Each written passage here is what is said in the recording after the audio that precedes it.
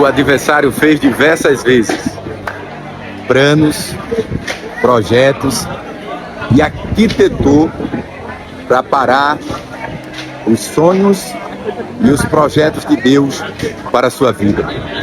Mas Deus desfez toda a trama do adversário contra a sua vida, dando a você mais uma oportunidade de vida para ser diferente e fazer diferente.